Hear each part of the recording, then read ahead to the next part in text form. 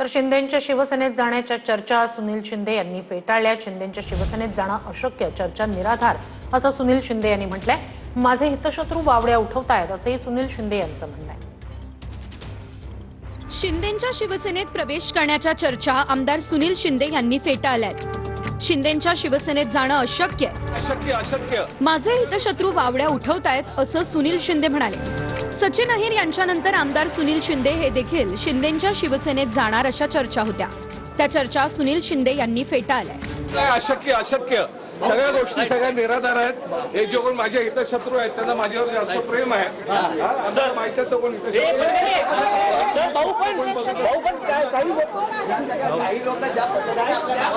सुनील शिंदे साहेबांनी त्यांची भूमिका काल रात्रीच्या मेळाव्यामध्ये स्पष्ट केलेली आहे। परंतु त्यांनी जर इच्छा व्यक्त केली की माननीय एकनाथ शिंदे साहेबांच्या नेतृत्वाखाली काम करायचं आहे किंवा त्यांचं नेतृत्व मानून त्यांच्या मतदारसंघाचा विकास करायचा आहे, त्यांना आमच्या सोबत यायचं आहे, तर आम्ही कशाला नाकारू।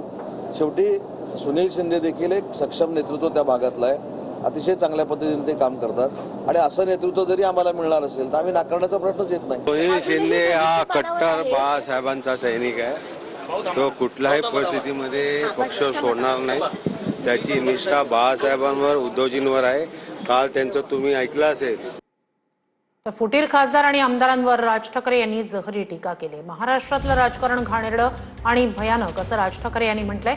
उद्या सत्ता गेल्यावर भाजपलाही या गोष्टींचा त्रास होईल असं राज ठाकरे यांनी म्हटलंय। महाराष्ट्रात सध्या सुरू असलेल्या राजकारणावर बोलताना राज ठाकरेंनी फुटीर खासदार आणि आमदारांवर जहरी टीका केली आहे। महाराष्ट्रातलं राजकारण घाणेरडं आणि भयानक असून हे देहविक्रीला तयार असतील तर गिऱ्हाईक तयार आहेतच अशी टीका राज ठाकरेंनी केली आहे। उद्या सत्ता गेल्यावर भाजपलाही या गोष्टींचा त्रास होईल असा निशाणा राज ठाकरेंनी भाजपला लगावलाय। हे जे चाललंय राजकारण आता देशामध्ये हे काही खूप घाणेरडं आणि खूप भयानक चालू आहे। याचा फटका पुढे भविष्यात भाजपला मिळणारच आहे। तो असा काही तो कोण राहत नाही त्याच्यातनं। मुळात सत्तेचा आमारपट्टा कोणी घेऊन आलेला नसतो। प्रश्न विकत घेणाऱ्यांचा नाहीये, विकल्या जाणाऱ्यांचा आहे। आता देहविक्रीला जर समजा हे तयारच असतील तर गिऱ्हाईक आहेतच। एखाद्या सत्ताधाऱ्यांनी त्यांचा विरोधक अथवा दुश्मन म्हणता येत नाही पण दुश्मन विरोधक ज्या ज्या वेळेला संपवलेले आहेत त्या वेळेला त्यांच्यात विरोधक आणि दुश्मन तयार झालेले आहेत आणि त्यांनीच त्यांना संपवलेलं आहे। त्याच्यामुळे बाहेरचे विरोधी पक्ष तुम्ही संपवणं हे सोडून द्या, परंतु आता तुमच्यात जे विरोधक निर्माण झालेले आहेत याच्यातनं तुम्हाला जो त्रास होईल आता तो तुम्ही पण बघत राहा। आणि हा जगाचा इतिहास आहे आणि पहिल्या काळात तेच झालं होतं। भाजप हा पत्त्यांचा उलटा बंगला असून सगळ्यात खालचा पत्ता पंतप्रधान मोदी आहेत आणि सगळ्यात खालचा पत्ता सटकला तर सगळं कोसळून पडेल असा इशारा राज ठाकरेंनी यावेळी भाजपला दिलाय।